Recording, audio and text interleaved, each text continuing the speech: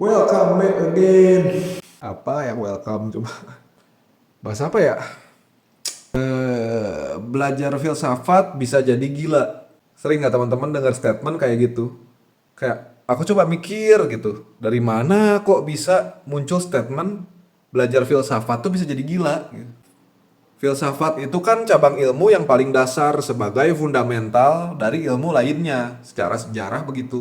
Nah, di zaman dulu, sains itu ya bagian dari filsafat yang akhirnya berkembang perumusan dalam sebuah kajian ilmu, terus dipisahin cabang per cabangnya yang akhirnya jadi kayak sekarang ini. Karena itu dalam kajian filsafat paling dasarnya itu kita jadi harus mempelajari asal-usul sebuah istilah atau bahasa untuk dapat memahami maksud dan esensi. Akhirnya, orang yang belajar filsafat itu jadi banyak menguasai kosakata dan istilah-istilah yang nggak biasa.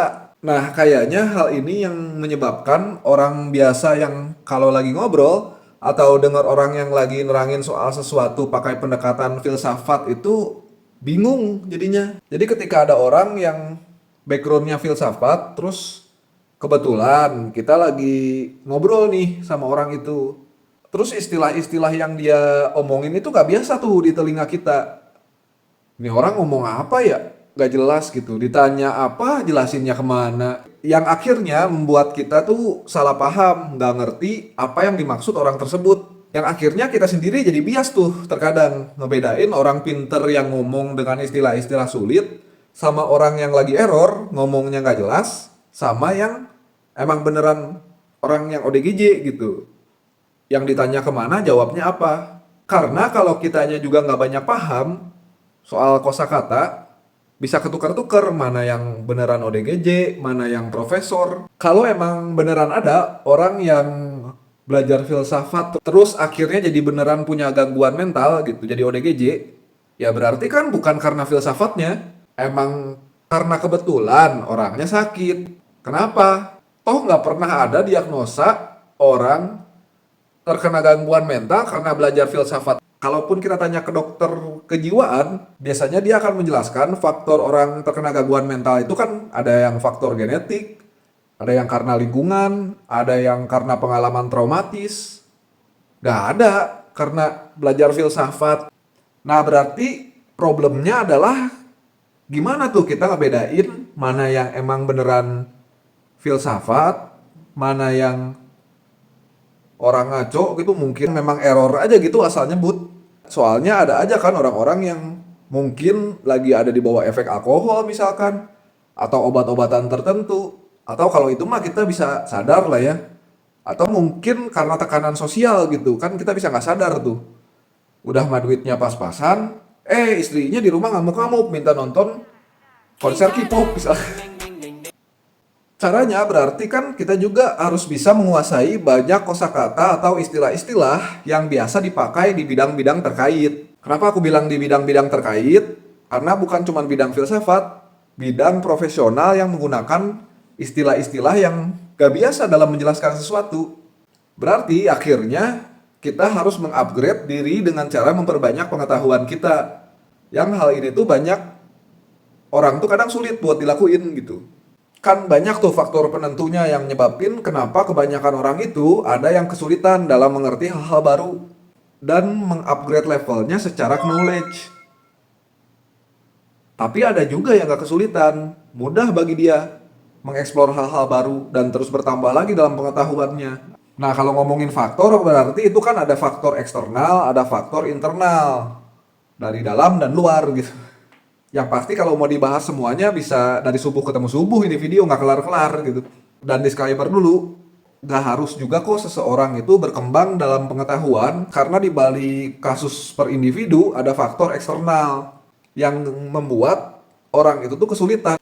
Misal faktor lingkungan dan keadaan tertentu. Bisa aja ada orang yang emang tidak butuh atau tidak mengembangkan level pengetahuannya.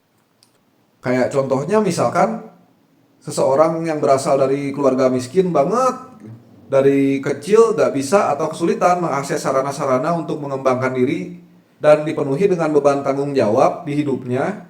Ketika case-nya yang kayak gitu misalkan, banyak misalkan ya, Walaupun ya mungkin-mungkin aja, ada aja jalannya mah kalau mau. Cuma sulit gitu.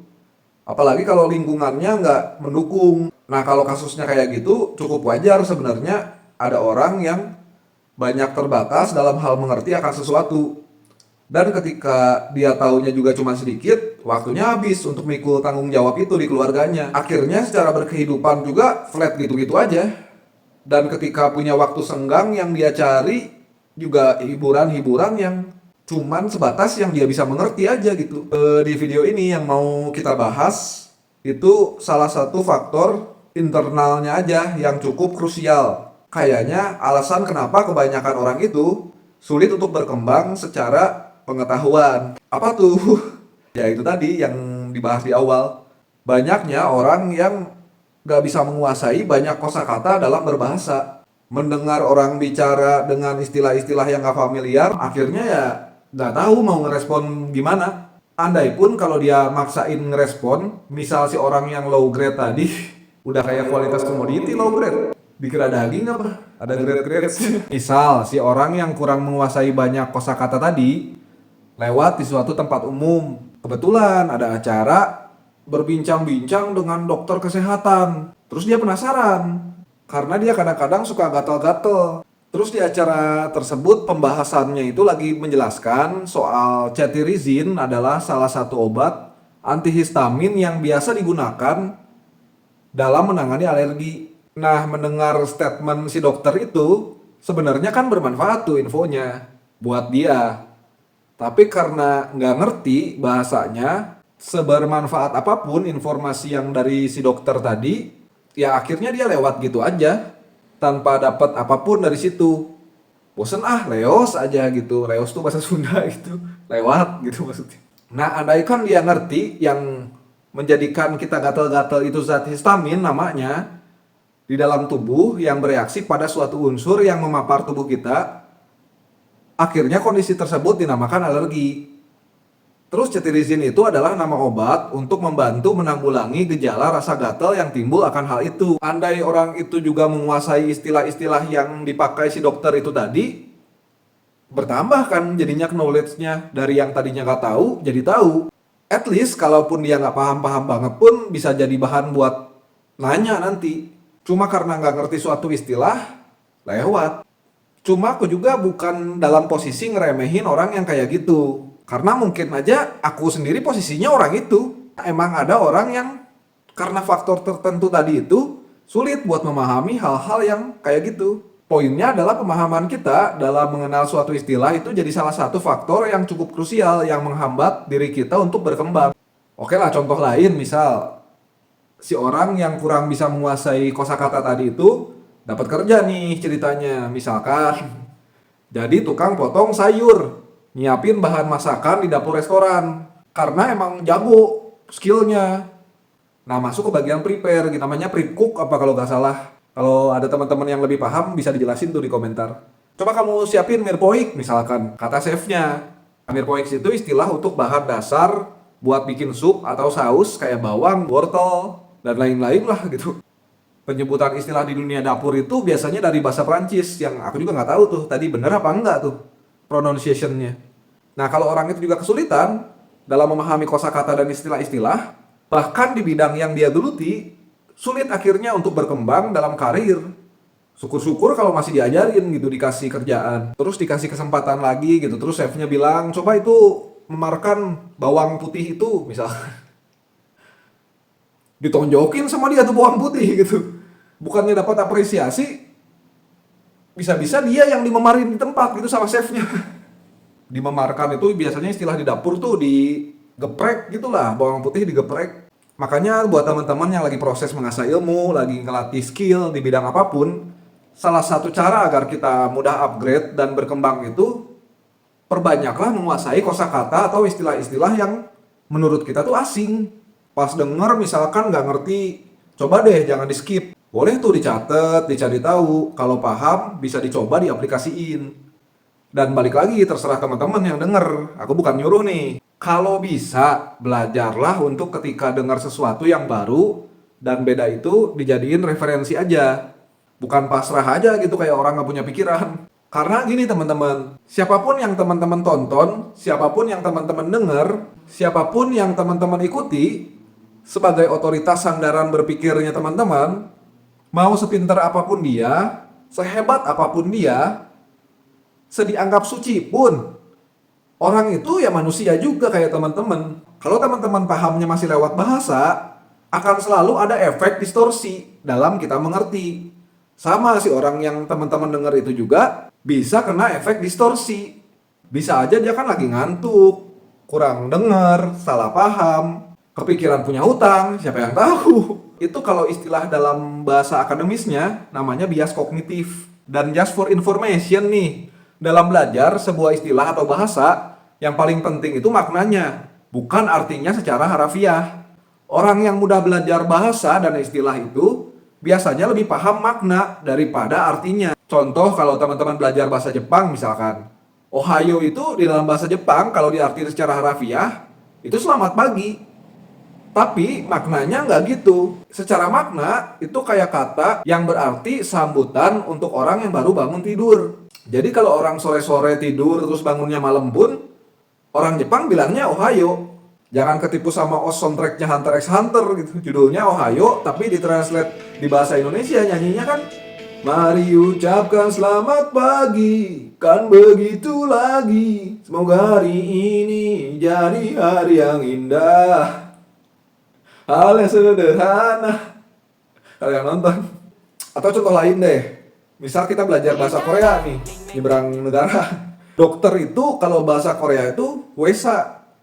Kalau ditambah kata keterangan orang jadinya atau profesi, jadinya wesawon. Wesa itu kalau nggak salah akar bahasanya dari arti pendapat atau mengemukakan pendapat. Wonnya itu orang gitu atau seseorang gitu atau seorang pelaku. Jadi kalau digabungin wesawon, orang yang mengemukakan pendapat itu apa? Dokter di sana tuh. Tapi di Korea itu ada kultur di mana orang-orang kalau manggil dokter itu songsengnim. Kalau di film-film temen biasa sering nonton, begitu. Nah, secara makna, songsengnim itu istilah untuk menunjukkan rasa hormat kita kepada seseorang. Jadi dipakainya itu pada nama gelar seseorang. Orang yang punya gelar itu, walaupun mau dokter atau pengacara atau guru, biasanya disebutnya songsengnim. Atau misal kalau di pertemanan, umpatan kasar itu kan jadi cara kita untuk bercanda, agar lebih santai dan akrab gitu kan. Agar di tongkrongan tuh asik. Tapi kalau di pekerjaan, umpatan yang sama itu bisa aja jadi bermakna serius, kayak marah atau tertekan gitu. Dan pengaruhnya nanti di kehidupan teman-teman, kalau paham banyak istilah, ngobrol sama orang tuh jadi luas batasannya. Kalau nonton atau menerima informasi dari sosial media, teman-teman jadi punya banyak pilihan yang lebih luas, gak gampang bosen. Dan juga yang paling penting jadi punya tolak ukur untuk menilai mana orang yang ngomong asal-asalan, mana yang enggak. Yang harus teman-teman sadari, manusia itu menjadi unggul dan berada di puncak rantai makanan, apex predator. Nah, apa tuh apex predator? Apex itu puncak, predator itu pemangsa. Jadi artinya pemangsa puncak. Nah, kenapa kita manusia itu bisa menempati posisi puncak itu? Karena salah satu faktornya kita dapat berkomunikasi. Kita bisa menggunakan bahasa yang kompleks dan memahami maknanya. Akhirnya, kita sesama manusia jadi bisa bekerja sama dengan lebih baik, terkoordinir dibanding makhluk hidup lain. Apakah kita punya insting? Punya. Apakah kita punya perasaan? Punya. Tapi apakah kita melakukan sesuatu, misal janjian sama teman pakai insting? Zaman dulu mungkin, di mana komunikasi serba terbatas. Tapi seiring berkembangnya teknologi, nggak mungkin teman-teman janjian atau nyari teman-teman atau nyari temannya teman-teman pakai perasaan gitu. Kayaknya dia ada di warung kopi ini gitu, jarang gitu. Pasti kita kan WA, Bray, di mana Bray gitu. OTW nih, gitu. Ngomong OTW padahal masih tiduran gitu. Nah, jadi kesimpulannya menurut teman-teman nih, apakah penting? Apakah perlu kita mempelajari banyak istilah-istilah, memperkaya kosakata untuk membantu kita memahami sesuatu? Untuk jawaban perlu atau tidaknya, silakan teman-teman sendiri itu yang jawab. Teman-teman sendiri yang nentuin. Misalkan pun ada yang berpandangan, lah ngapain lah capek gitu ya, terserah juga gitu. Soalnya kadang kesian gitu di sosial media, misalkan ada orang ngomong nggak jelas, dibilangnya, wah abang-abangan filsafat ini gitu. Padahal orang yang belajar filsafat itu nggak mungkin ngomongnya ngalor ngidul, karena dari awal filsafat itu belajar bagaimana kita berpikir dengan cara yang benar gitu, logika yang benar. Walaupun logika yang benar sendiri siapa yang menentukan gitu, perdebatan juga gitu. Kalau misalkan di zaman dulu orang yang lagi merhatiin sesuatu, ngeliatin gunung gitu, ngeliatin batu, apa itu batu misalnya. Terus dia definisiin batu adalah ini.